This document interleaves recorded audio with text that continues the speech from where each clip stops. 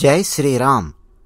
భారత ప్రధాని నరేంద్ర మోదీ గారు అయోధ్య రామ్ మందిర్ రామ్లల్లా ప్రాణప్రతిష్ఠా కార్యక్రమం జరిగిన తర్వాత వారు ఇచ్చిన హిందీ ఉపన్యాసాన్ని పూర్తిగా తెలుగులోకి అనువదించి ఈ వీడియోలో మీకు అందిస్తూ ఉన్నాను.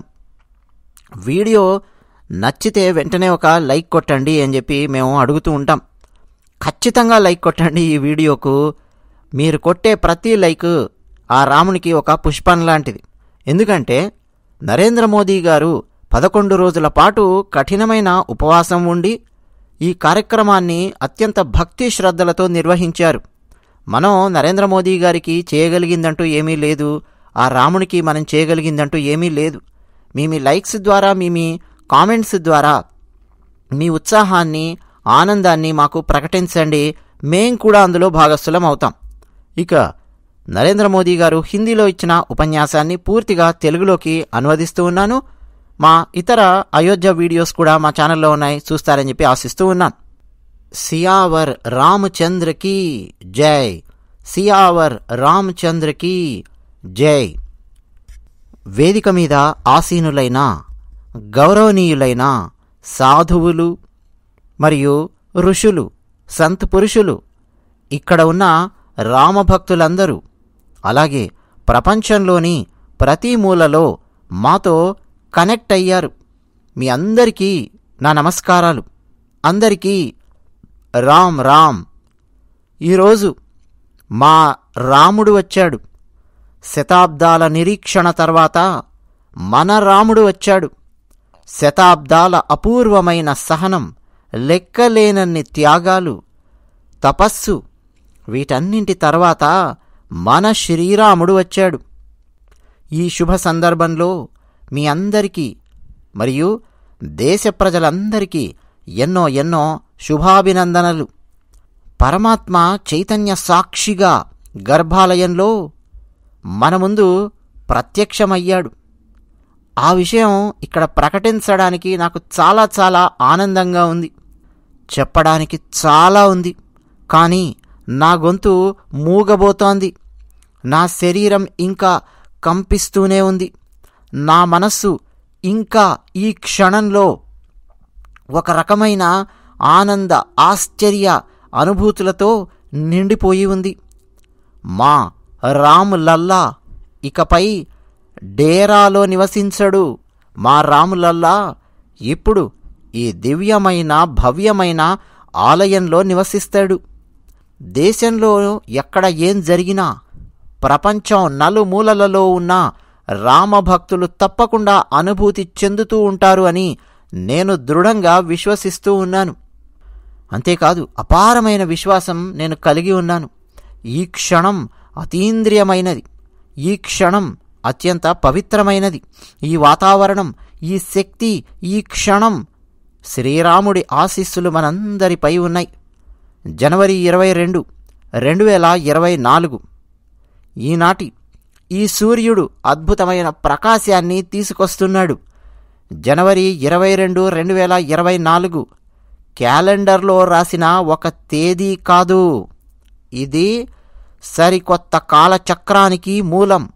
రామాలయ భూమి పూజ తర్వాత దేశవ్యాప్తంగా రోజు రోజుకు ఉత్కంఠ, ఉత్సాహం పెరుగుతూ వచ్చాయి. ఎప్పుడెప్పుడు మా రాముడిని మేము చూస్తామా అన్న ఉత్సాహం క్రమక్రమంగా పెరుగుతూ వచ్చింది. నిర్మాణ పనులు చూస్తుంటే దేశ ప్రజల్లో రోజుకొక కొత్త విశ్వాసం పుట్టింది.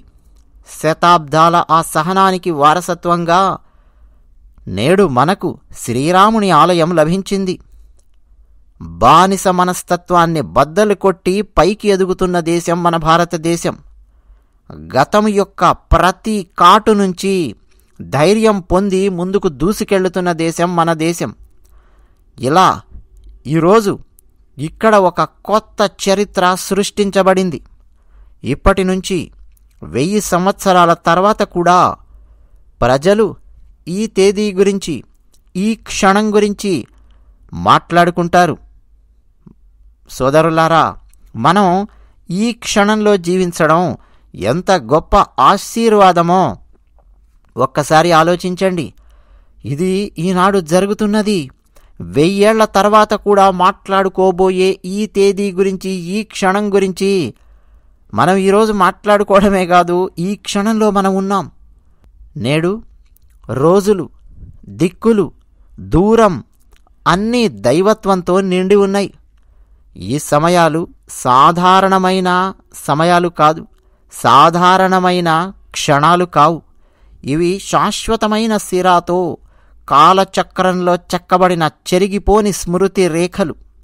శ్రీరాముడి కార్యక్రమం ఎక్కడ జరిగినా అక్కడ వాయుపుత్రుడైన హనుమంతుడు తప్పకుండా ఉంటాడని మనందరికీ తెలుసు. అందువల్ల రామభక్త హనుమంతునికి నా ప్రణామాలు. మాతా జానకి, లక్ష్మణజీ, భరత్, శత్రుఘ్న అందరికీ నేను నమస్కరిస్తూ ఉన్నాను. పవిత్రమైన అయోధ్యాపురికి, అలాగే పవిత్రమైన సరయూ నదికి నేను ఇక్కడి నుంచి నా ప్రణామాలు అర్పిస్తూ ఉన్నాను. ఎవరి ఆశీస్సులతో ఈ మహత్కార్యం నెరవేరిందో ఆ దివ్యాత్మలు, ఆ దివ్యమైన వ్యక్తులు కూడా ఈ సమయంలో మన చుట్టూ ఉన్నారని, ఈ తరుణంలో నాకు ఒక దివ్యమైన అనుభూతి, అనుభవం కలుగుతూ ఉన్నాయి. ఈ దివ్య చైతన్యాలన్నింటికీ కూడా నేను కృతజ్ఞతతో నమస్కరిస్తున్నాను. అంతేకాదు, ఈరోజు నేను మన శ్రీరామునికి క్షమాపణలు చెబుతూ ఉన్నాను. ఇన్ని శతాబ్దాలుగా మనం ఈ పని చేయలేకపోయాం. మన ప్రయత్నాలలో, మన త్యాగంలో, మన తపస్సులో ఏదో లోటు ఉండాలి. ఇన్ని శతాబ్దాలుగా ఈ కార్యక్రమాన్ని మనం చేయలేకపోయాం. అందుకని శ్రీరామునికి క్షమాపణలు. మన లోటు ఏదో ఉంది, ఆ లోటు నేడు తీరింది. ఈరోజు రాముడు మనల్ని తప్పకుండా క్షమిస్తాడని నేను విశ్వసిస్తూ ఉన్నాను. నా ప్రియమైన దేశ ప్రజలారా, త్రేతాయుగంలో శ్రీరాముని రాకపై తులసీదాస్ గారు ఇలా రాశారు: ప్రభూబిలోకి హరిషేపురుబాసి. శ్రీరాముడు అయోధ్యా నగరాన్ని వదిలి వెళ్ళినప్పుడు ఇక్కడి వాసులకు వియోగము, దుఃఖము అన్నీ ఏర్పడ్డాయి. కానీ అవన్నీ నశించిపోయే క్షణం ఇది. భగవంతుని రాకను చూసి అయోధ్యావాసులందరూ దేశమంతటా ఆనందోత్సాహాలతో నిండిపోయి ఉంది. చాలా కాలంగా విడిపోయి ఉండడం వల్ల తలెత్తినటువంటి అభ్యంతరాలకు కూడా తెరపడింది.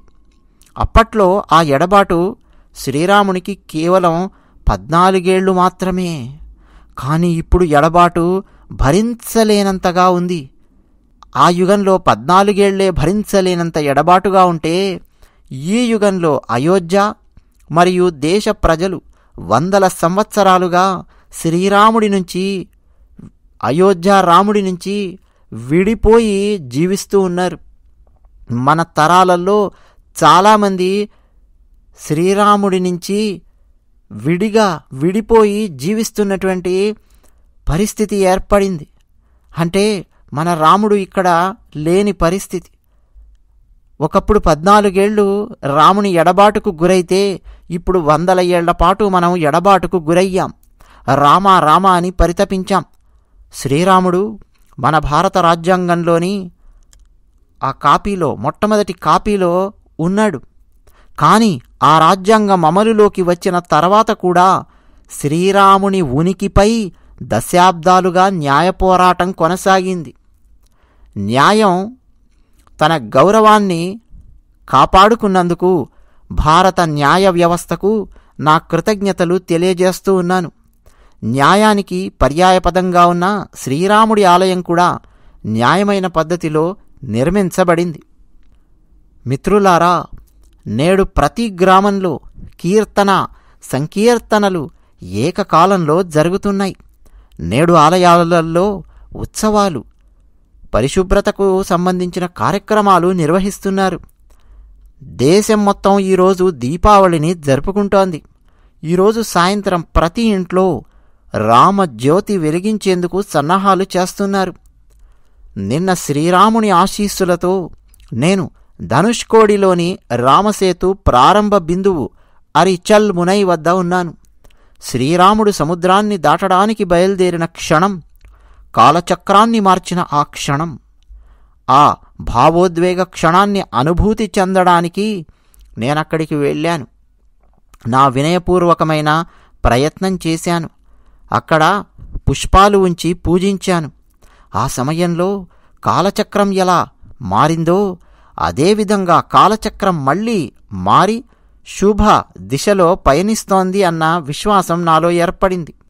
నా 11 రోజుల ఉపవాస దీక్షలో శ్రీరాముడి పాదాలు ఎక్కడెక్కడైతే పడ్డాయో ఆ పాదాలు పడిన ప్రదేశాలను వెళ్ళి ఆ పాదాలను తాకడానికి నేను ప్రయత్నించాను.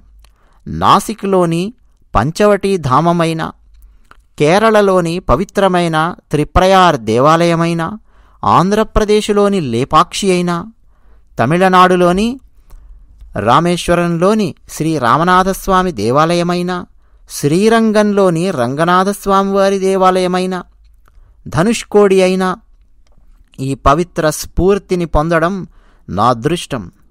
సాగర్ నుంచి సరయూ వరకు ప్రయాణించే అవకాశం వచ్చింది. సాగర్ నుంచి సరయూ వరకు రాముని పేరు మీద జరుగుతున్న ఈ గొప్ప పండుగకు స్ఫూర్తి ప్రతి చోట ప్రబలంగా ఉందని నేను గమనించాను. శ్రీరాముడు భారతదేశం యొక్క ఆత్మ. అంతేకాదు ప్రతి కణంతో శ్రీరాముడు అనుసంధానింపబడి ఉన్నాడు. రాముడు అన్ని శతాబ్దాలుగా మనకు విడిపోయి ఉన్నప్పటికీ మనందరి హృదయాలలో నిరంతరం శ్రీరాముడు నివసిస్తూనే ఉన్నాడు. మనం ఎవరి మనస్సాక్షిని తాకి చూసినా భారతదేశంలో ఎక్కడైనా మనం ఈ ఏకత్వాన్ని అనుభవిస్తాం. ఈ అనుభూతి, శ్రీరాముని అనుభూతి ప్రతి చోట కనిపిస్తోంది. దేశానికి అనుగుణంగా మరింత అద్భుతమైన, మెరుగైన ఫార్ములా ఏది? ఇంకేదీ లేదు. శ్రీరాముని పేరు మీద భారతదేశం ఏకత్వాన్ని సాధించింది. నా ప్రియమైన దేశ ప్రజలారా, భారతదేశంలోని ప్రతి మూలలో వివిధ భాషలలో రామాయణాన్ని వినడానికి నాకు అవకాశం దక్కింది. కానీ ముఖ్యంగా గత 11 రోజుల్లో వివిధ భాషల్లో వివిధ రాష్ట్రాల నుంచి రామాయణాన్ని వినే అవకాశం నాకు లభించింది. శ్రీరాముడిని నిర్వచించేటప్పుడు ఋషులు ఇలా చెప్పారు: రమంతే యస్మిన్ ఇతి రామః, అంటే ఎవరిలో నిమగ్నమై ఉంటాడో అతడే రాముడు. పండగల నుంచి సాంప్రదాయాల వరకు ప్రజల జ్ఞాపకాలలో ప్రతి చోట శ్రీరాముడున్నాడు. ప్రజలు ప్రతి యుగంలో రామునిగా జీవించే ప్రయత్నం చేశారు. ప్రతి యుగంలో రాముని మార్గంలో నడిచే ప్రయత్నం చేశారు. ప్రతి యుగంలో ప్రజలు తమ స్వంత మాటలల్లో లేదు తమ స్వంత మార్గాలలో శ్రీరాముడిని వ్యక్తీకరించారు. ఈ రామరసం జీవన ప్రవాహంలా నిరంతరం ప్రవహిస్తూనే ఉంటుంది. పురాతన కాలం నుంచి భారతదేశంలోని ప్రతి మూల నుంచి ప్రజలు ఈ రామరాసులను ఆరాధిస్తున్నారు. రామకథ అనంతం, రామాయణం అనంతం. రాముని ఆదర్శాలు, రాముని విలువలు, రాముని బోధనలు అన్ని చోట్ల ఒకేలా ఉన్నాయి. ప్రియమైన దేశ ప్రజలారా, ఈరోజు ఈ చారిత్రక సమయంలో దేశం కూడా ఆ వ్యక్తులను స్మరించుకుంటోంది. ఎవరి కృషి, ఎవరి అంకితభావం కారణంగా మనం ఈ శుభదినాలను చూస్తున్నామో అటువంటి వ్యక్తులను దేశం ఈ చారిత్రాత్మకమైన సమయంలో స్మరించుకుంటోంది. శ్రీరాముని యొక్క ఈ కార్యంలో ఎందరెందరో త్యాగాన్ని చేశారు, తపస్సును ధారపోశారు. త్యాగము, తపస్సు యొక్క పరాకాష్ఠను మనకు చూపించారు. ఆ అసంఖ్యాకమైన రామభక్తులకు, ఆ లెక్కలేనన్ని కరసేవకులకు, లెక్కలేనన్ని సాధువులకు, సంతపురుషులకు, మహాత్ములకు మనందరం రుణపడి ఉన్నాం. మిత్రులారా, నేటి సందర్భం వేడుకలు జరుపుకునే క్షణం మాత్రమే కాదు. ఇదే సమయంలో ఇది భారతీయ సమాజ పరిపక్వతను గ్రహించే క్షణం కూడా. మాకు ఇది విజయ అవకాశమే కాదు, వినయంగా ఉండాల్సిన క్షణం కూడా. ఎన్నో దేశాలు తమ చరిత్రలో చిక్కుకుపోతున్నాయనడానికి ప్రపంచ చరిత్రే సాక్ష్యం. అలాంటి దేశాలు తమ చరిత్రలోని చిక్కుముడులను విప్పడానికి ప్రయత్నించినప్పుడల్లా వారు విజయం సాధించడంలో చాలా కష్ట నష్టాలను ఎదుర్కొన్నారు. నిజానికి అనేక పరిస్థితులు మునుపటి కంటే ఇప్పుడు చాలా కష్టంగా మారాయి. కానీ మన దేశం ఈ చరిత్ర యొక్క చిక్కుముడిని విప్పి గంభీరతను, భావోద్వేగాన్ని, మన భవిష్యత్తును ఒక్కసారిగా అందంగా చూపించబోతూ ఉన్నాయి. అంటే మన గంభీరత ఎంత అందంగా ఉండబోతోందో, మన భావోద్వేగాలు ఎంత మధురంగా ఉంటాయో, మన భవిష్యత్తు ఎంత అందంగా ఉండబోతోందో ఒక చిక్కుముడి విప్పి మరీ మనం చూపించాం. రామమందిరం నిర్మిస్తే మంటలు అంటుకుంటాయని ఒకప్పుడు కొందరు చెప్పారు. అలాంటి వ్యక్తులు భారతదేశ సామాజిక స్ఫూర్తి యొక్క స్వచ్ఛతను ఎప్పటికీ అర్థం చేసుకోలేరు. ఈ రాములల్లా ఆలయ నిర్మాణం కూడా శాంతి, సహనం, పరస్పర సామరస్యం మరియు భారతీయ సమాజం యొక్క సమన్వయానికి చిహ్నం. ఈ కట్టడం వల్ల ఏ నిప్పు పుట్టడం లేదు, ఏ మంటలు పుట్టడం లేదు. శక్తి పుడుతోంది, సరికొత్త శక్తి పుడుతోంది. శక్తిని మనం చూస్తున్నాం. ఉజ్వలమైన భవిష్యత్తు బాటలో ముందుకు సాగేందుకు రామమందిరం సమాజంలోని ప్రతి వర్గానికి స్ఫూర్తినిచ్చింది. నేను ఈరోజు వాళ్లకు విజ్ఞప్తి చేస్తున్నాను, రండి, మీరు గ్రహించండి. రాముని గురించి తప్పుడు మాటలు మాట్లాడిన వాళ్ళు మీ ఆలోచనను పునః పరిశీలించుకోండి. రాముడు అగ్ని కాదు, రాముడు మంటలు పెట్టే అగ్ని కాదు, రాముడు ఒక శక్తి, రాముడు వివాదం కాదు, రాముడు ఒక పరిష్కారం. రాముడు మనకే కాదు, అందరికీ చెందినవాడు. రాముడు కేవలం ఉన్నవాడు మాత్రమే కాదు, రాముడు శాశ్వతుడు. రాముడు ఉన్నాడు అని కాదు అనవలసింది, రాముడు శాశ్వతుడు, ఎప్పుడూ ఉంటాడు, ఎప్పటికీ ఉండి తీరతాడు రాముడు. మిత్రులారా, ఈరోజు రామమందిరం ప్రాణప్రతిష్ఠ అనే ఈ సంఘటనతో ప్రపంచం మొత్తం కనెక్ట్ అయిన తీరు రాముని సర్వవ్యాపకత్వాన్ని బయట పెడుతుందా లేదా ఆలోచించండి. వేడుకలు చాలా దేశాలలో మాదిరిగానే ఉంటాయి. నేడు ఈ అయోధ్య పండగ రామాయణం యొక్క ప్రపంచ సాంప్రదాయాల వేడుకగా మారింది. రాములల్లా యొక్క ఈ ప్రతిష్ఠ వసుధైవ కుటుంబం ఆలోచన యొక్క ప్రతిష్ఠ కూడా.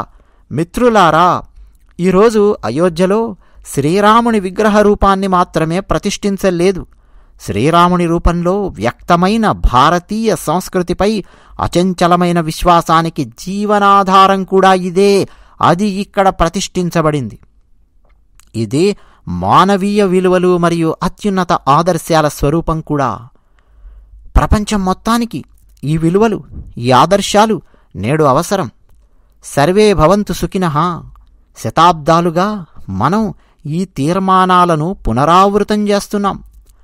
నేడు అదే తీర్మానం రామమందిరం యొక్క రూపంలో ఒక నిర్దిష్టమైన రూపాన్ని సంతరించుకుంది. ఈ ఆలయం కేవలం దేవుడి యొక్క గుడి మాత్రమే కాదు, ఇది భారతదేశ దర్శనం, భారతదేశం యొక్క తత్వశాస్త్రం, భారతదేశం యొక్క దశ దిశ. ఈ ఆలయం ఇది రాముని రూపంలో ఉన్న జాతీయ చైతన్య దేవాలయం. రాముడు భారతదేశ విశ్వాసం, రాముడు భారతదేశానికి పునాది, రాముడు భారతదేశం యొక్క ఆలోచన, రాముడు భారతదేశం యొక్క చట్టం, రాముడు భారతదేశం యొక్క చైతన్యం, రాముడు భారతదేశం యొక్క ఆలోచన, రాముడు భారతదేశం యొక్క ప్రతిష్ట, రాముడు భారతదేశం యొక్క కీర్తి. రామ్ అనేది ఒక ప్రవాహం, రామ్ అనేది ఒక ప్రభావం. రామ్ నేతి ఉంది, రాములో నీతి ఉంది. రాముడు కూడా శాశ్వతుడు, రామ్ కూడా ఒక కంటిన్యూటీ. రామ్ విభు, రాముడు సర్వవ్యాపి, రాముడే జగత్తు, రాముడు విశ్వాత్మ. అందువల్ల రాముడిని గౌరవించినప్పుడు దాని ప్రభావం సంవత్సరాలు లేదా శతాబ్దాల పాటు మాత్రమే ఉండదు, దీని ప్రభావం వేల వేల సంవత్సరాల పాటు ఉంటుంది. మహర్షి వాల్మీకి చెప్పారు, రాజ్యం దశ సహస్రాణి ప్రాప్య వర్షాణి రాఘవ. అంటే 10,000 సంవత్సరాలు రాముడు రాజ్యాన్ని పాలించాడు. అంటే 1000 సంవత్సరాలకు రామరాజ్యం అలా నిలిచి ఉన్నది. రాముడు త్రేతాయుగంలో ప్రవేశించినప్పుడు 1000 సంవత్సరాల పాటు రామరాజ్యం స్థాపించబడింది. రాముడు 1000 సంవత్సరాలుగా ప్రపంచానికి మార్గదర్శకంగా ఉన్నాడు. అదిగో రాముడు పాలించిన ఆ పాలన ఆ తర్వాత మరిన్ని వేల సంవత్సరాల పాటు ఒక ఆదర్శమై కొనసాగింది. కాబట్టి నా ప్రియమైన దేశవాసులారా, ఈరోజు అయోధ్య భూమి మనందరినీ, ప్రతి రామభక్తుడిని, ప్రతి భారతీయుడిని కొన్ని ప్రశ్నలు అడుగుతోంది. శ్రీరాముని గొప్ప ఆలయం నిర్మించబడింది. ఇప్పుడు ఏం జరుగుతుంది? శతాబ్దాల నిరీక్షణకు తెరపడింది. తర్వాత ఏమిటి? ఈరోజు ఈ సందర్భంగా మనల్ని ఆశీర్వదించడానికి వచ్చి మనల్ని చూస్తున్న దేవతలకు, దివ్యాత్మలకు వీడుకోలు పలుకుతామా? కాదు, అది కానే కాదు. ఈరోజు నేను కాలచక్రం మారుతున్నట్టు స్వచ్ఛమైన హృదయంతో భావిస్తున్నాను. కాలాతీత మార్గానికి రూపశిల్పిగా మన తరం ఎంపిక కావడం సంతోషకరమైన యాదృచ్ఛికం. 1000 సంవత్సరాల తర్వాత రాబోయే తరానికి నేడు మనం మన దేశ నిర్మాణం కోసం చేసిన కృషిని వాళ్ళు గుర్తుపెట్టుకోబోతున్నారు. అందుకే అంటున్నాను, ఇదే సమయం, ఇదే సరైన సమయం. నేటి నుంచి, ఈ పవిత్రమైన సమయం నుంచి మొదలుపెట్టి రాబోయే 1000 సంవత్సరాల భారతదేశానికి మనం పునాది వెయ్యాలి. ఆలయ నిర్మాణంతో ముందుకు సాగుతూ ఇప్పుడు మనందరం ఈ క్షణం నుంచి సమర్థమైన, గొప్పనైన, దైవికమైన భారతదేశాన్ని నిర్మిస్తామని ప్రమాణం చెయ్యాలి, చేస్తున్నాం. రాముడి ఆలోచనలు ప్రజల మనస్సుల్లో అలాగే ఉండాలి. ఇది దేశ నిర్మాణం వైపు అడుగులా పడాలి. మిత్రులారా, మన మనస్సాక్షిని విస్తరించుకోవాలని నేటి యుగం కోరుతోంది. మన చైతన్యం భగవంతుడి నుంచి దేశానికి, రాముడి నుంచి దేశానికి విస్తరించాలి. హనుమంతుని పట్ల భక్తి, హనుమంతుని సేవ, హనుమంతుని అంకితభావం ఇవి మనం బయట వెతకాల్సిన అవసరం లేని గుణాలు. ప్రతి భారతీయునిలో భక్తి, సేవ మరియు అంకితభావాలు సమర్థమైన, గొప్పనైన, దైవికమైన భారతదేశానికి ఆధారమవుతాయి. ఇది భగవంతుని నుంచి దేశ చైతన్యం, రాముడి నుంచి జాతి యొక్క చైతన్యం దాకా మన ఆలోచనలు విస్తరించాలి. మారుమూల అడవిలో గుడిసెలో నివసించే నా ఆదివాసీ తల్లి శబరి గుర్తు రాగానే అపూర్వమైన విశ్వాసం పుడుతుంది. రాముడు వస్తాడు, రాముడు వస్తాడు, రాముడు వస్తాడు అని తల్లి శబరి చాలా కాలంగా చెబుతూ ఎదురుచూస్తూ వచ్చింది. రాముడు వచ్చాడు. ప్రతి భారతీయునిలో పుట్టిన ఈ విశ్వాసం బలమైన, సమర్థమైన, గొప్పనైన, దైవికమైన భారతదేశానికి ఆధారం కావాలి. ఇది భగవంతుని నుంచి దేశ చైతన్యం, రాముడి నుంచి జాతి చైతన్యం దాకా విస్తరించాలి. నిషాదరాజ్ కుహుడు, అతని స్నేహం అన్ని హద్దులు దాటిందని మనకు తెలుసు. రాముని పట్ల నిషాదరాజుకు ఉన్న స్నేహము, ఆ ప్రేమ, భక్తి, రాముని పట్ల అనుబంధం ఎంత గొప్పనైనవో మనందరికీ తెలుసు. అందరూ మనవారే, అందరూ సమానమే. ప్రతి భారతీయునికి చెందిన ఈ భావన, సోదర భావం బలమైన, సమర్థవంతమైన, గొప్పనైన, దైవికమైన భారతదేశానికి ఆధారం అవుతాయి. ఇది భగవంతుని నుంచి దేశ చైతన్యం, రాముని నుంచి జాతి చైతన్యం యొక్క విస్తరణ దాకా అలా వెళ్ళాలి మన ఆలోచనలు. మిత్రులారా, నేడు దేశంలో నిస్పృహకు ఆస్కారం లేదు. నేను చాలా సామాన్యుడిని, నేను చాలా చిన్నవాడిని, ఇలా ఎవరైనా అనుకుంటే అతను ఉడత యొక్క సహకారం గుర్తుంచుకోవాలి. ఉడత జ్ఞాపకం మాత్రమే మన సంకోచాన్ని తొలగిస్తుంది. చిన్నదైనా పెద్దదైనా ప్రతి ప్రయత్నానికి దాని స్వంత బలం, దాని స్వంత సహకారం ఉంటుందని ఉడత సహాయం మనకు నేర్పిస్తుంది. అందుకే నేను చిన్నవాణ్ణి, సామాన్యుణ్ణి అనుకోకండి. ఒక మంచి కార్యక్రమం చెయ్యాలి అనుకున్నప్పుడు సహకారం లభించి తీరుతుంది. ప్రతి ఒక్కరి ప్రయత్నాల స్ఫూర్తి బలమైన, సమర్థవంతమైన, గొప్పనైన, దైవికమైన భారతదేశానికి ఆధారమై తీరుతుంది. ఇది భగవంతుని నుంచి దేశ చైతన్యం, రాముని నుంచి జాతి చైతన్యం దాకా విస్తరించాల్సిన ఆలోచన. మిత్రులారా, లంకను పాలించిన రావణాసురుడు అపారమైన జ్ఞానం, శక్తి కలిగి ఉన్నాడు. కానీ జటాయువు చిత్తశుద్ధిని చూడండి. జటాయువు గారు తన శక్తితో అత్యంత శక్తివంతమైన రావణాసురునితో పోరాడాడు. రావణాసురుడిని ఓడించలేనని జటాయువుకు ఖచ్చితంగా తెలుసు. కానీ రావణాసురుడికి సవాలు విసిరాడు, పోరాటం చేశాడు. కర్తవ్యం యొక్క ఈ పరాకాష్ఠ, ఈ సమర్థత గొప్పనైన, దైవికమైన, సమర్థవంతమైన భారతదేశానికి ఆధారం. భగవంతుని నుంచి దేశం దాకా, రాముని నుంచి దేశ చైతన్యం దాకా విస్తరణ అంటే ఇదే. జటాయువు నుంచి మనం నేర్చుకోవాల్సిన స్ఫూర్తి. మన జీవితంలోని ప్రతి క్షణాన్ని దేశ నిర్మాణం కోసం అంకితం చేస్తామని ప్రతిజ్ఞ చేద్దాం. శ్రీరాముని పనితో దేశం యొక్క పని ముడిపడి ఉండాలి. సమయం అలా ముడిపడి ఉండాలి, ప్రతి క్షణం అలా ముడిపడి ఉండాలి. శరీరంలోని ప్రతి కణం రాముడి అంకిత భావాన్ని జాతికి అంకితం చేయాలి అన్న లక్ష్యంతో అనుసంధానం చెయ్యాలి. నా దేశ ప్రజలారా, శ్రీరామునికి మన పూజలు ప్రత్యేకంగా ఉండాలి. ఈ ఆరాధన ఇంకా పైకి ఎదిగే విధంగా ఉండాలి. కేవలం మన కోసమే కాదు, అందరి కోసం ఉండాలి. ఈ పూజ అహంకారం కోసం కాకుండా మనం దేశాభివృద్ధి కోసం సమర్పించే విధంగా ఉండాలి. భారతదేశం యొక్క మన కష్టానికి పరాకాష్ఠ కూడా భగవంతునికి సమర్పించడం.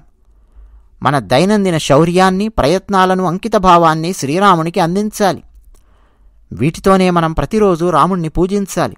అప్పుడే మన భారతదేశాన్ని సుసంపన్నంగాను, అభివృద్ధి చెందిన భారతదేశంగాను మనం చేయగలం. నా దేశ ప్రజలారా, ఇది భారతదేశ అభివృద్ధికి స్వర్ణయుగం. నేడు భారతదేశపు యువత శక్తితో నిండి ఉంది. ఎవరికి ఎంతకాలం తర్వాత అలాంటి సానుకూల పరిస్థితులు తలెత్తుతాయి? ఇంకా మనం ఏమీ మిస్ అవ్వాల్సిన అవసరం లేదు, ఇక కూర్చోవాల్సిన అవసరం లేదు. మన దేశ యువతకు చెబుతున్నాను, మీ ముందు 1000 సంవత్సరాల సాంప్రదాయం ఉంది. అదే మీకు స్ఫూర్తి. 15 లక్షల కిలోమీటర్లు ప్రయాణించి మిషన్ ఆదిత్యను విజయవంతం చేస్తున్న, చంద్రునిపై త్రివర్ణ పతాకాన్ని ఎగురవేస్తూ ఆకాశంలో తేజస్సుగా ఉన్న సూర్యుని దగ్గరికెళ్ళి సముద్రంలోని విక్రాంత్ ఏం చేస్తుందో మీకు తెలుసు. అటు సూర్యునికి సంబంధించిన మిషన్, ఇటు చంద్రునికి సంబంధించిన మిషన్, అటు సముద్రంలో విక్రాంత్ మిషన్. ఇవన్నీ భారతదేశానికి, భారత తరానికి మీరు ప్రాతినిధ్యం వహిస్తున్నారు. మన భారత జాతీయ త్రివర్ణ పతాకం అన్ని చోట్ల రెపరెపలాడుతోంది. మీ వారసత్వం గురించి గర్విస్తూనే మీరు భారతదేశపు కొత్త ఉదయాన్ని లిఖించాలి. సాంప్రదాయం యొక్క స్వచ్ఛతను మీరు అందుకుంటూనే మరోపక్క ఆధునికత యొక్క ఆ గొప్పదనాన్ని రెండింటినీ జోడించుకుంటూ, అనుసరిస్తూ భారతదేశం యొక్క శ్రేయస్సు కోసం లక్ష్యాన్ని పెట్టుకుంటూ ముందుకు కొనసాగుతూ ఉండాలి. మీ లక్ష్యం భారతదేశపు శ్రేయస్సు అయి ఉండాలి. మిత్రులారా, ఇప్పుడు విజయానికి సమయం ఆసన్నం అయ్యింది. రాబోయే సమయం ఇప్పుడు సాధన కోసం. ఈ దివ్యమైన భవ్యమైన రామమందిరం భారతదేశం యొక్క ఒక సరికొత్త ఆవిర్భావానికి సాక్షిభూతంగా మారబోతోంది. లక్ష్యం నిజం అని రుజువైతే సమిష్టి వ్యవస్థీకృత శక్తి నుంచి లక్ష్యం గనక పుడితే ఆ లక్ష్యాన్ని సాధించడం అసాధ్యం కాదని ఈ రామాలయం మనకు బోధిస్తుంది. వ్యవస్థీకృతమైన శక్తి నుంచి పుట్టిన లక్ష్యం ఈ రామాలయాన్ని సాధించింది. ఇది భారతదేశం యొక్క సమయం, ఇదే మన సమయం. భారతదేశం ఇక ముందుకు సాగుతుంది. శతాబ్దాల నిరీక్షణ తర్వాత ఇక్కడికి మనం చేరుకున్నాం. మనందరం ఈ యుగం కోసం, ఈ కాలం కోసం ఎదురు చూస్తున్నాం. ఇక ఇప్పుడు మనం ఆగం. అభివృద్ధి పదంలో దూసుకుపోతూనే ఉంటాం. ఈ భావనతో నేను రామ్ లల్లా పాదాలకు నమస్కరిస్తూ ఉన్నాను. అంతేకాదు, మీ అందరికీ మంచి జరగాలి అని కోరుకుంటున్నాను. ఇక్కడికొచ్చిన సాధువులందరి పాదాలకు నా నమస్కారాలు. జై సియావర్ రామచంద్ర, జై సియావర్ రామచంద్ర, జై సియావర్ రామచంద్ర. అమ్మా, ఇదండి భారత ప్రధాని నరేంద్ర మోదీ గారు ఇచ్చిన హిందీ ఉపన్యాసాన్ని పూర్తిగా తెలుగులోకి స్వేచ్ఛానువాదం చేసి మీకు అందించే ప్రయత్నం చేశాను. మా ప్రయత్నం కనుక మీకు నచ్చితే వెంటనే లైక్ కొట్టడమే కాదు, మా ఛానల్కు సబ్స్క్రైబ్ కూడా అవ్వండి. మీ అభిప్రాయాలు కామెంట్ సెక్షన్లో రాసి పంచుకుంటున్న వాళ్లకు ప్రత్యేకంగా మేము ధన్యవాదాలు చెప్తూ ఉన్నాము. నరేంద్ర మోదీ గారు మాట్లాడినటువంటి మాటలలో చాలా చాలా చాలా చాలా సారాంశం ఉందండి. అవన్నీ మనం సమయాన్ని బట్టి ముందు ముందు వీడియోస్లో మాట్లాడుకునే ప్రయత్నం చేద్దాము. అందరికీ మరొక్కసారి జై శ్రీరామ్.